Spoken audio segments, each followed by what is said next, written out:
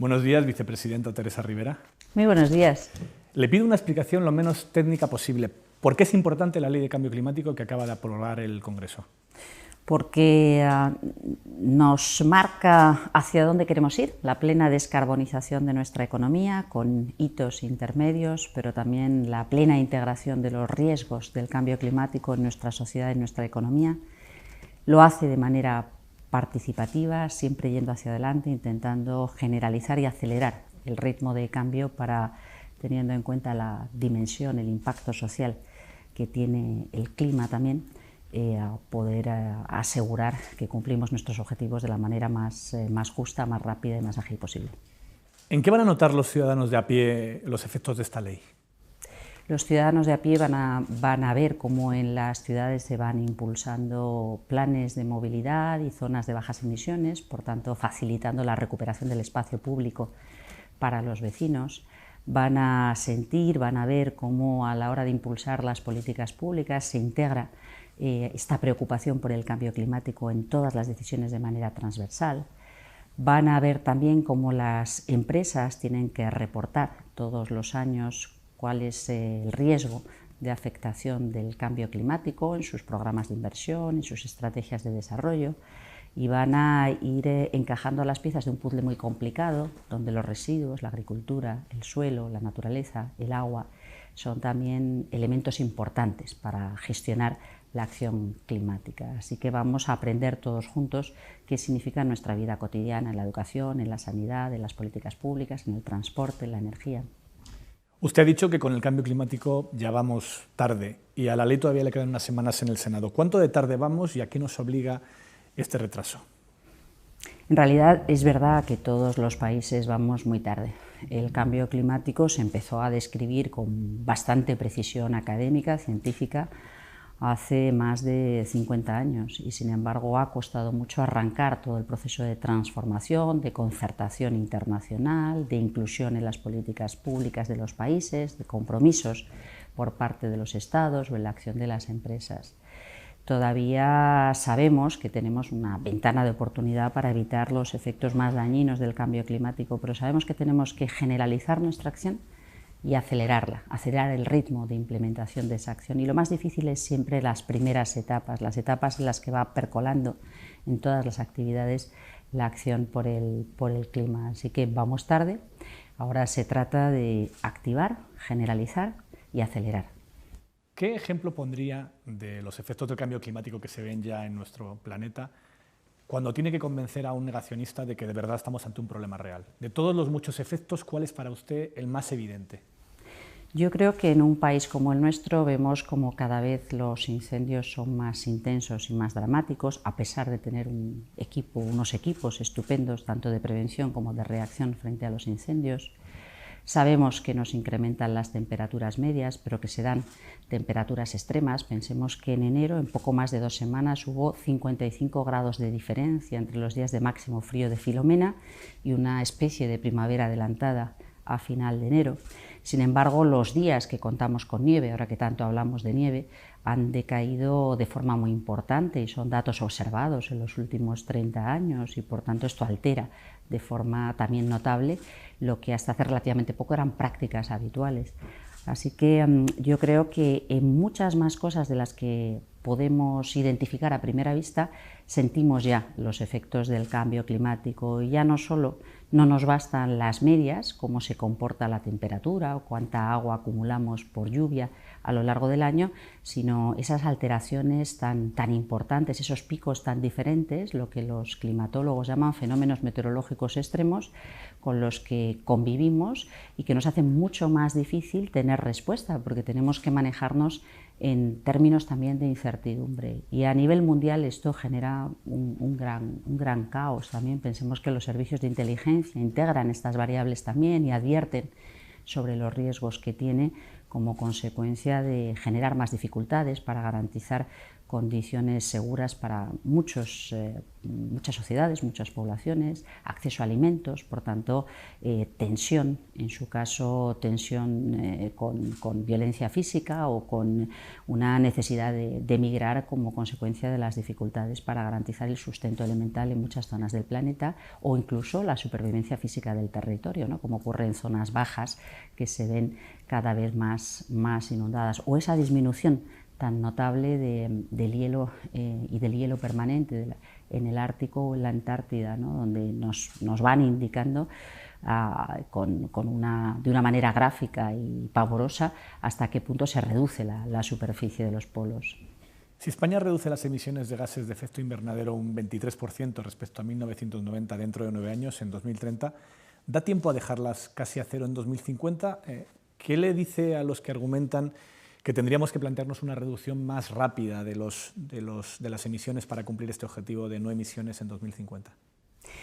Nosotros nos hemos querido marcar una senda en la que, aunque sea enormemente esforzado, lo que tengamos que hacer sea creíble, podamos activar todos los procesos de cambio con una obligación de resultado. Queremos un nivel de emisiones próxima a cero, la descarbonización de la economía, como muy tarde a 2050, y hemos ido evaluando cómo poder integrar con todo aquello que nos da la tecnología y la velocidad de cambio hoy, de qué modo lo podemos hacer, en las finanzas, en la energía, en los residuos, en el modo de producción. Nos hemos marcado también como referencia los objetivos de la Unión Europea, y la Unión Europea se marca objetivos cuantificados en renovables, en eficiencia energética, en reducción de emisiones de sectores no industriales, y hemos ido al máximo de lo que sabemos cómo activar, por mucho esfuerzo que suponga, a 2030. Y hemos dicho otra cosa que yo creo que también es muy relevante, y es que esto es el mínimo, no hay posibilidad de retorno. Sobre esto podemos ir a más, pero nunca a menos, porque estamos convencidos, como digo, de que lo difícil es arrancar.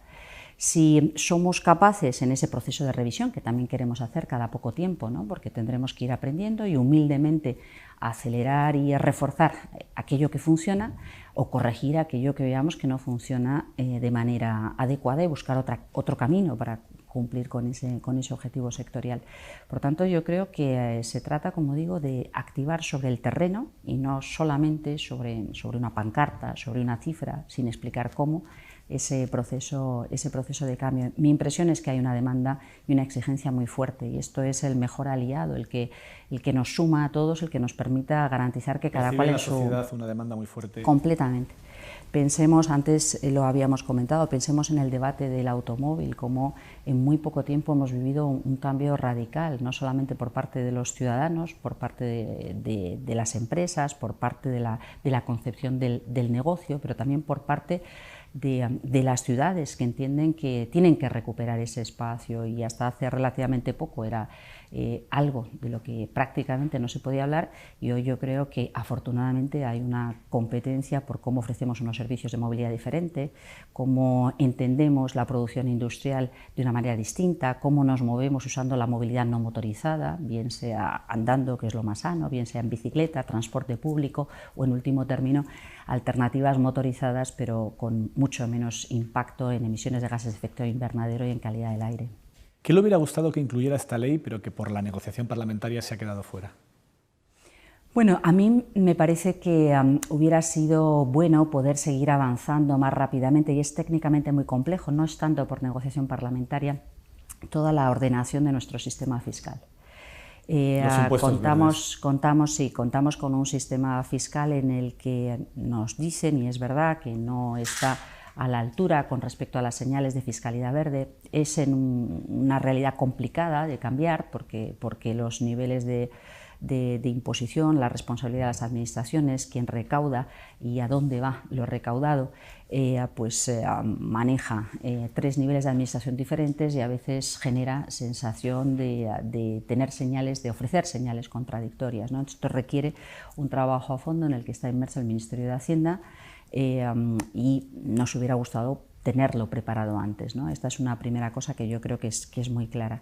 La segunda, que yo creo que también es importante, es otra política clave en nuestro país, como es una mejor integración en el territorio. De qué manera podemos combinar todo este salto cualitativo que tenemos que dar en nuestro sistema energético, en la protección de los ecosistemas, de la biodiversidad, en el suelo fértil que necesitamos para la producción agraria, con una disminución de la carga de químicos sobre ese suelo fértil, con una disminución de los consumos de agua para poder garantizar un bien público tan importante como es el agua.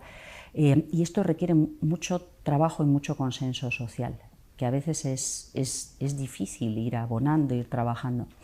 Y al mismo tiempo requiere una mayor implicación por parte de todos nosotros. Ese consenso social es cómo combinamos las distintas cosas que necesitamos, siendo respetuosos, pero también asumiendo la responsabilidad que nos corresponde. Esto básicamente nos exige un esfuerzo colectivo de educación, de conciencia y de convicción responsable de cuál es la cuota parte en la que cada uno puede aportar su contribución, ¿no? Esto no es tanto, por tanto, ley, pero sí que a la hora de la verdad hace difícil reflejar con mayor concreción en la ley de qué estamos hablando, cómo conciliamos un cambio tan importante en tantos sectores para buscar esa nueva coherencia, ¿no? El único partido que se ha quedado fuera, que ha votado en contra de la ley es Vox. ¿A qué lo achaca? Pues mire, la verdad es que yo creo que es una pregunta que nos hacemos todos. Es un problema de ignorancia, es un problema de provocación, es un problema de intereses creados de los que es difícil salir. Ninguna de las tres alternativas me gusta particularmente, por tanto yo entiendo que haya una reacción de hostilidad, es decir, no entramos ni a debatir porque en el fondo lo que están buscando es provocación.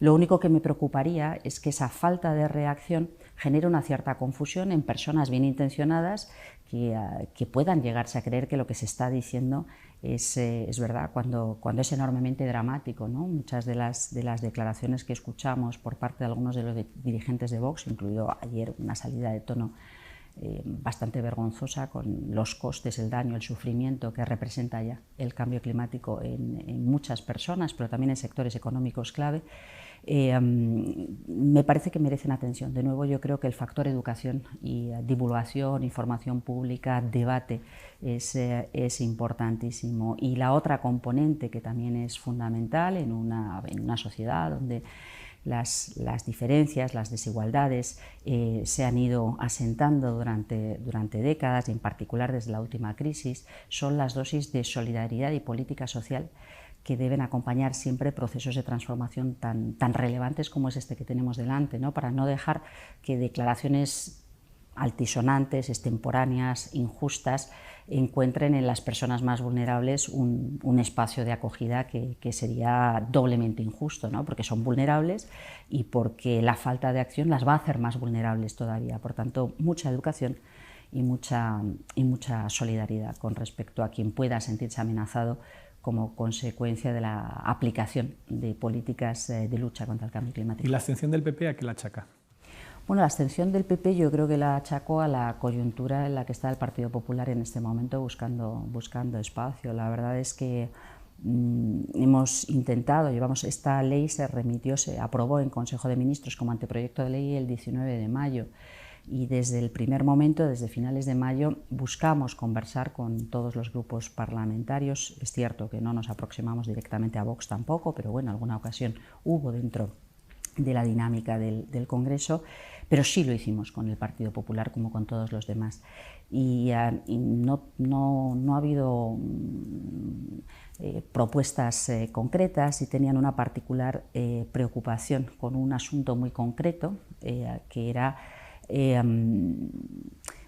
deslegitimar el artículo 18.4, que ha salido a relucir estas semanas con gran profusión. El artículo 18.4 es un artículo que está dedicado a recordarnos que uno de los espacios más vulnerables al cambio climático es el litoral, es la costa. ¿Les preocupaba la costa? Por tanto, no les preocupaba la costa. ¿El titular de los chiringuitos? Les preocupaba la situación de una empresa instalada en dominio público marítimo terrestre cuya concesión fue prorrogada por la Ley de Costas del Partido Popular hasta 2073, muy por encima de los 75 años máximos que la Ley Aznar de 2003 consideraba para cualquier concesión de dominio público y que fue recurrida por el ayuntamiento donde está instalada esta concesión. El resto de las concesiones... Me refiero a ENCE, sí. Es verdad que el resto de las concesiones que son firmes hayan sido autorizadas, acordadas en un momento anterior o posterior a la ley. En la medida en que son firmes, pues allí quedarán. La ley no puede tener efectos retroactivos, limitando su duración.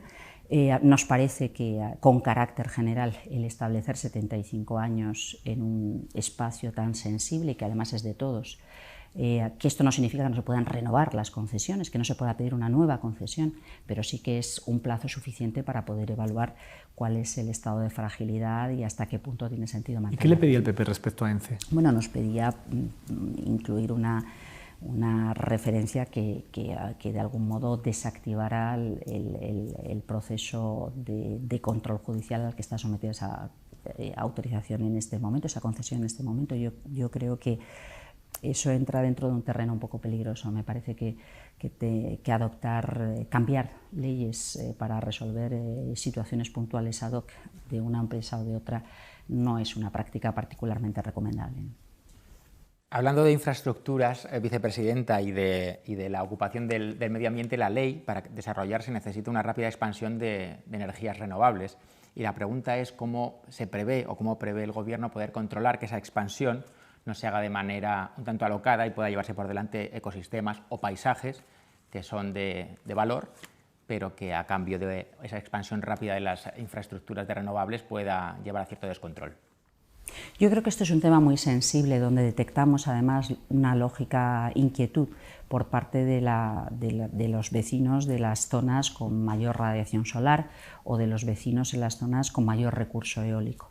Y hay que atender a esa preocupación. Integrar renovables, protección de la biodiversidad es importante. Es verdad que las renovables tienen una gran ventaja y es que son algo que representa una ocupación temporal, es decir, si pensamos en las alternativas previas, pues la energía nuclear nos deja residuos por muchísimo tiempo, las soluciones térmicas nos dejan riesgos mucho más estructurales en el terreno o en el suelo, con contaminación de suelo, y esto es desmontable eventualmente a lo largo de los años conforme vayamos avanzando en otras soluciones tecnológicas. Pero en este momento lo que importa es estar seguros de que aplicamos correctamente las normas, que las zonas de mayor protección, de mayor valor ambiental y paisajístico, o bien quedan excluidas, o bien cuentan con unos niveles y unos condicionantes muy fuertes para proteger a las aves, para proteger el suelo, para proteger la biodiversidad. Y sobre todo cuentan también con un respaldo social, con un consenso en el territorio. Los planes de ordenación del territorio, la evaluación de impacto ambiental, las limitaciones propias de la legislación en materia de biodiversidad o protección del paisaje, son algunas de las referencias más importantes, y del Estado depende el control cuando se trata de parques con más de 50 megavatios. Por debajo de esto, la gestión de ese control ambiental corresponde a las comunidades autónomas. Por tanto, nos parece que es muy importante trabajar también con nuestros colegas de las comunidades autónomas para asegurar que las cosas funcionen con la máxima transparencia, con el máximo rigor y con el máximo respeto, como digo, también al consenso y a las preocupaciones sociales que haya. Al mismo tiempo, yo también creo que necesitamos que ese debate se produzca, como decía antes, en el territorio, se produzca entre los distintos actores y se entienda dónde sí, dónde no, por qué sí, por qué no, o en qué condiciones. Tampoco vale decir yo lo quiero todo, pero nada cerca de mí, ¿no? Eso me parece que es algo obvio. Sabemos, por ejemplo, que ha sido un debate muy complicado en algunos de los territorios más emblemáticos desde el punto de vista de la naturaleza, de los paisajes y de la riqueza ambiental, o de la vigilancia, de la tutela ambiental en nuestro país, ¿no? Y sin embargo, pues nadie tampoco aspira a quedarnos inmersos en un sistema energético donde quemamos, por decirlo de la manera un poquito más visual posible, quemamos chapapote para generar electricidad. Pues eso no tiene sentido, tiene otros problemas, ¿no? La ley viene a ser una hoja de ruta, lo comentaba al principio, para la descarbonización de la economía. Yo no sé si hay un temor en el Gobierno de que en el contexto de la pandemia, con la necesidad de salir de la crisis sanitaria y la económica adherida, pueda haber un problema a la hora de plantear programas o planes o proyectos que crean reticencias por que se puedan perder puestos de trabajo. O todo lo contrario, planes que sean poco orientados a la descarbonización de la economía, pero se les atañe directamente un número de puestos de trabajo. Estamos en un momento ahí difícil para conseguir esa implementación de la descarbonización en el contexto de la pandemia, ¿o creen que lo vamos a superar bien? Yo creo que los grandes cambios estructurales siempre son complicados y lo que estamos viviendo es un gran cambio estructural.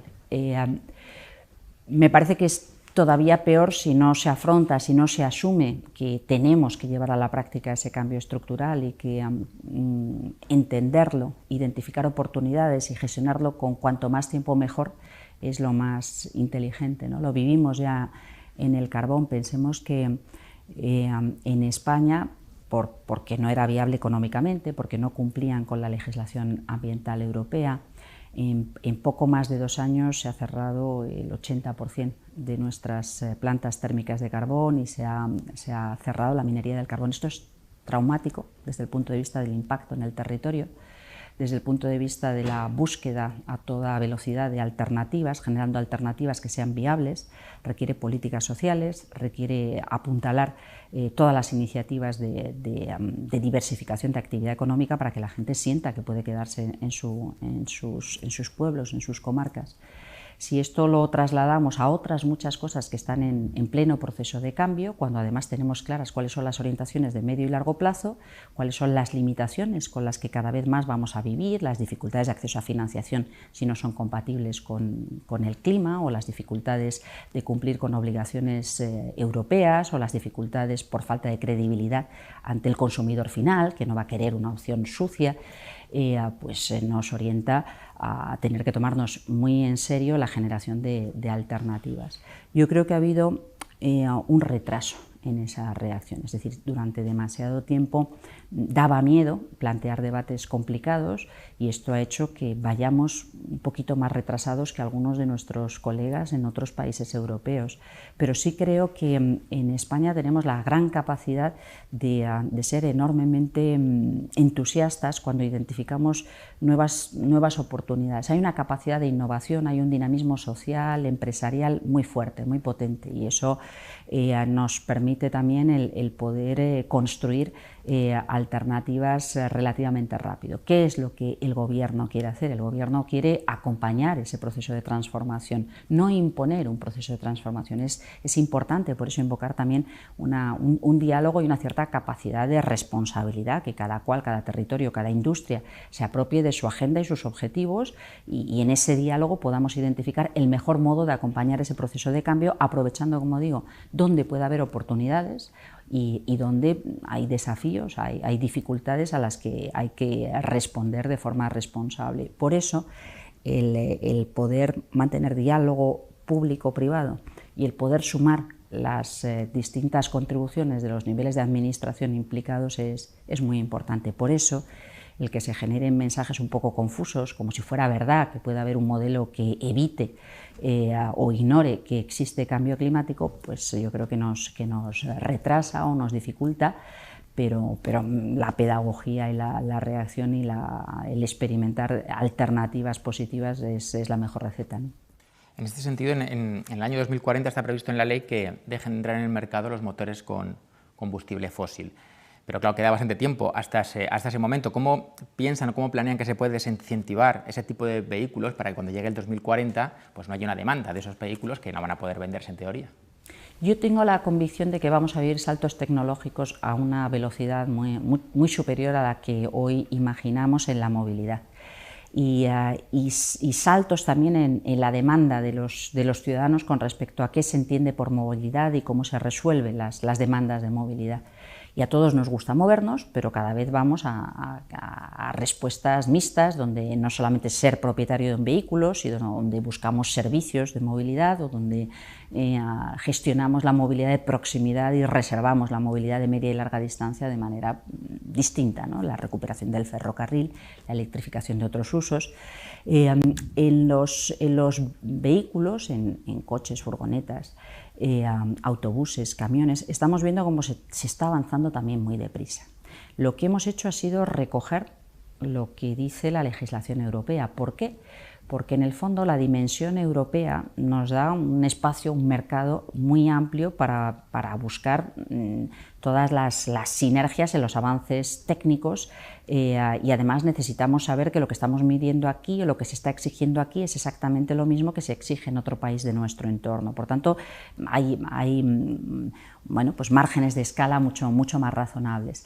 Vamos a ver cómo evoluciona la normativa europea al respecto. Ya hay una serie de países que demandan acelerar o anticipar algunas de esas fechas para facilitar precisamente los siguientes saltos tecnológicos. Ahí nosotros somos prudentes, queremos ver un poco cómo se va plasmando en el diálogo con la industria, con los tecnólogos y con las demandas sociales, pero como digo, la impresión es que las cosas están yendo muy deprisa. En ese sentido, por sus palabras, más allá del salto tecnológico de electrificar los vehículos, los automóviles, los turismos, parece como que podría deducirse que hace falta que haya menos coches circulando por la ciudad, aunque sean por las ciudades, porque más allá de que sean solamente eléctricos, ¿no? Esa nueva movilidad de la que usted habla. Yo estoy segura de que va a ser así también. A cada uno de nosotros, y en eso sí me parece que el efecto de la pandemia ha sido importante, hemos hecho un pequeño ejercicio de reaprendizaje de prioridades. Y entonces nos fijamos en qué pasa en nuestras casas, nuestros hogares, qué pasa en nuestro barrio, qué pasa con nuestra familia, qué pasa con la salud básica, qué pasa con el paisaje, con disfrutar de un entorno verde próximo, cosas que hasta ahora dábamos por hechas y que de repente las echamos muchísimo de menos porque no lo podemos vivir con naturalidad, desde el abrazo hasta el entorno de barrio o el paseo tranquilo, ¿no? Y yo creo que esto va a cambiar también nuestras pautas. Sabíamos, venía haciéndolo porque teníamos mayor sensibilidad por la calidad del aire, por la salud pública, por la salud de nuestros bebés, de nuestros abuelos, pero ahora se asienta mucho más. En la previsión de los escenarios de emisiones de gases de efecto invernadero y de consumo energético, hemos sido conservadores porque creemos que debemos estar preparados para escenarios conservadores y por tanto manejamos cifras de un número de vehículos más o menos equivalente al actual.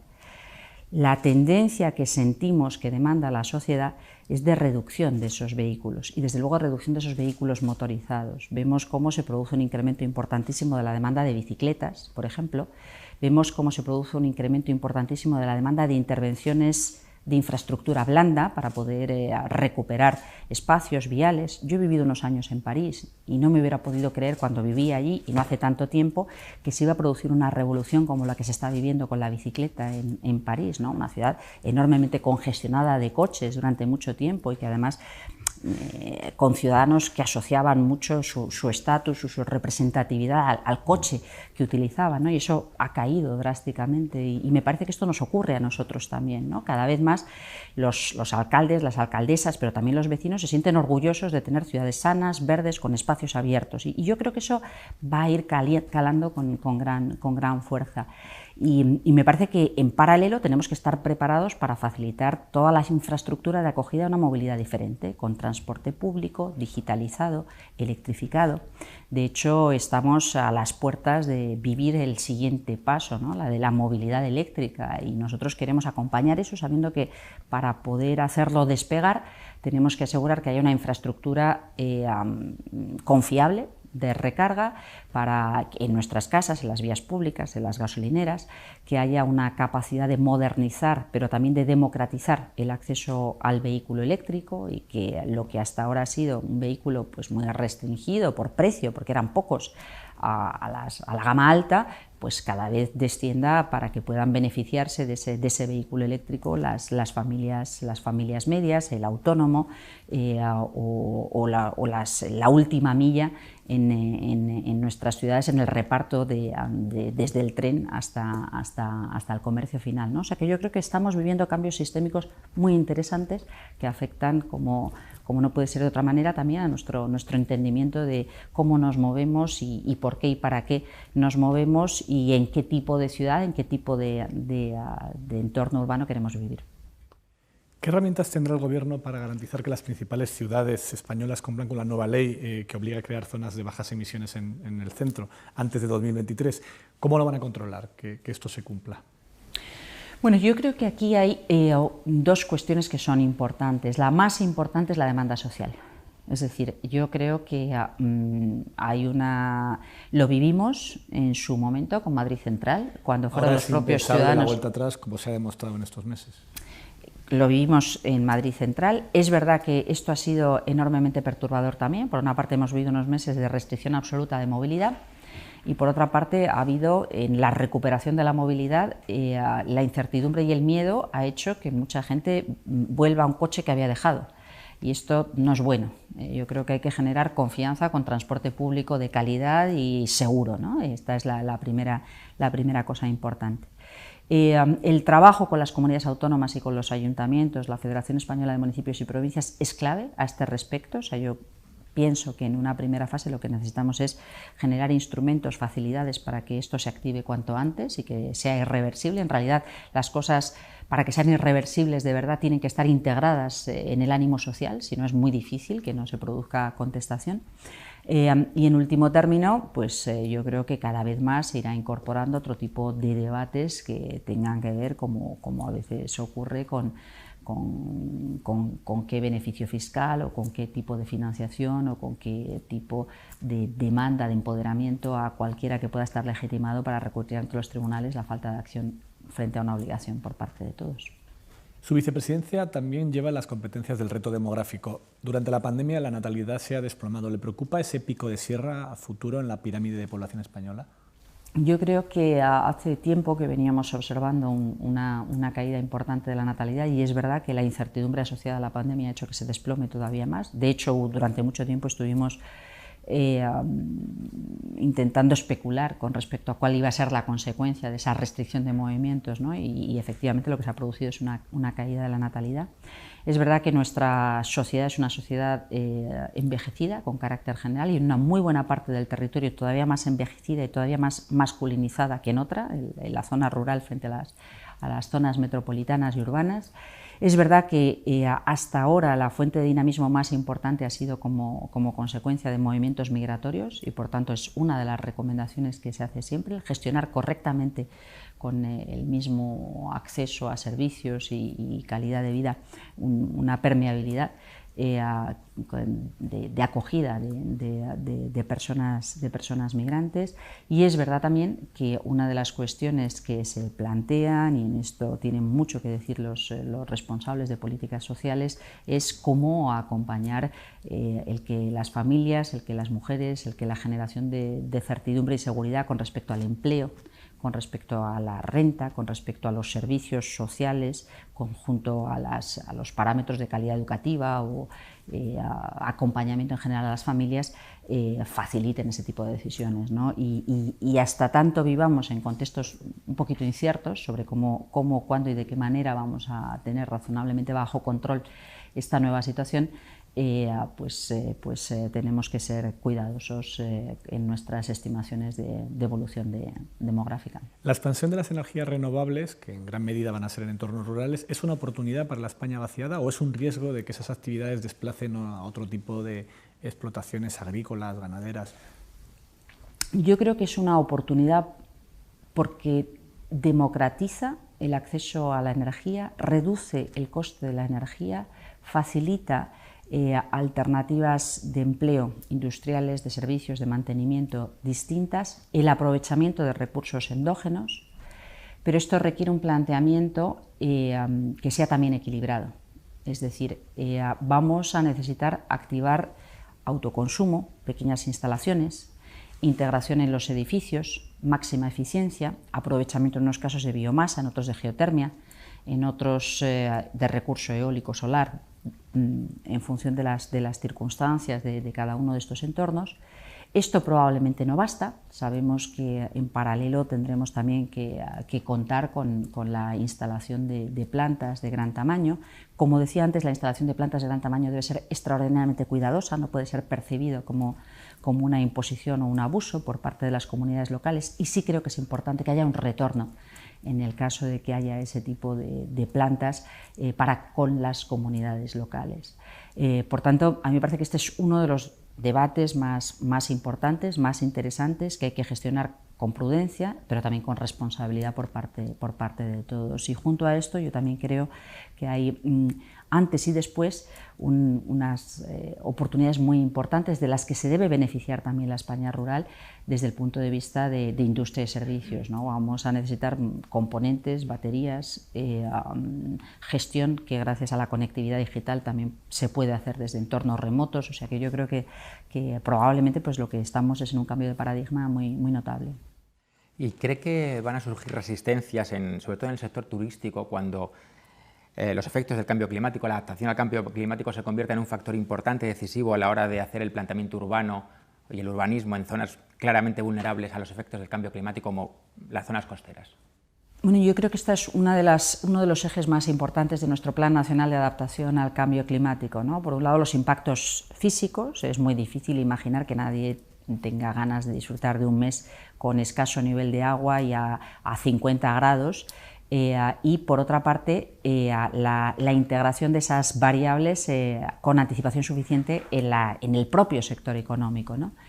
Nuestra valoración es que se está produciendo ya un cambio con respecto a cuál es el patrón o el turismo que se busca. Ya hemos pasado de una primacía de grandes resorts, que evidentemente se mantendrán, no es que desaparezcan, con un turismo mucho más pequeño y mucho más diversificado, no solamente en el territorio, sino también en la temporalidad, en la estacionalidad. Buscamos estar preparados para cuestiones que cada vez más nos van a plantear los turistas, las personas que quieren disfrutar de esa experiencia turística y de descanso, como de eficiente es el consumo de agua, de energía, de integración en el paisaje o en biodiversidad, o cuáles son las soluciones en la gestión de residuos o en la aplicación de economía circular en todo esto.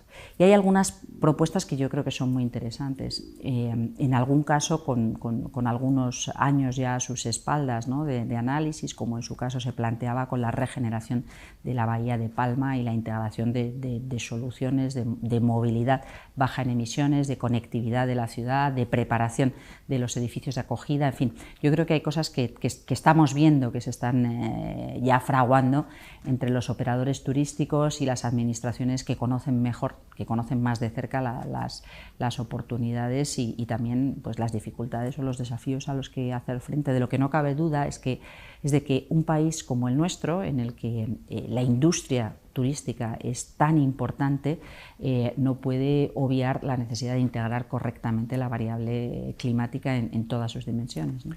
Una última pregunta política. ¿Cómo valora el cambio en el gobierno de coalición? La salida de Pablo Iglesias de la vicepresidencia, la llegada de una vicepresidenta tercera, Yolanda Díaz. ¿Va a ser más fácil o más difícil la vida de la coalición a partir de ahora, la vida interna de la coalición? Bueno, yo creo que es un movimiento que en gran medida pone de manifiesto la convicción, la voluntad y la madurez de la coalición. Creo que el vicepresidente Iglesias adopta una decisión valiente, arriesgada y con evidente peso político, después de haber estado más de un año en el gobierno, y se produce el cambio con total serenidad y tranquilidad. Se incorpora como vicepresidenta Yolanda Díaz, conoce bien la dinámica del gobierno, nos conoce bien a todos, nos conocemos todos bien y a ella también, y creo que como digo, se produce con total normalidad y sin ningún tipo de desajuste. Evidentemente, cada cual luego tenemos nuestro perfil, nuestro carácter, nuestros puntos fuertes y débiles, tanto en empatías y simpatías, ¿no? Pero yo diría que sobre todo lo que prima es normalidad y madurez en la primera experiencia de gobierno de coalición de España, que ya de por sí me parece que es un gran avance. Muy bien, tenemos todo ya. Muchísimas gracias, vicepresidenta. Muchísimas gracias a vosotros.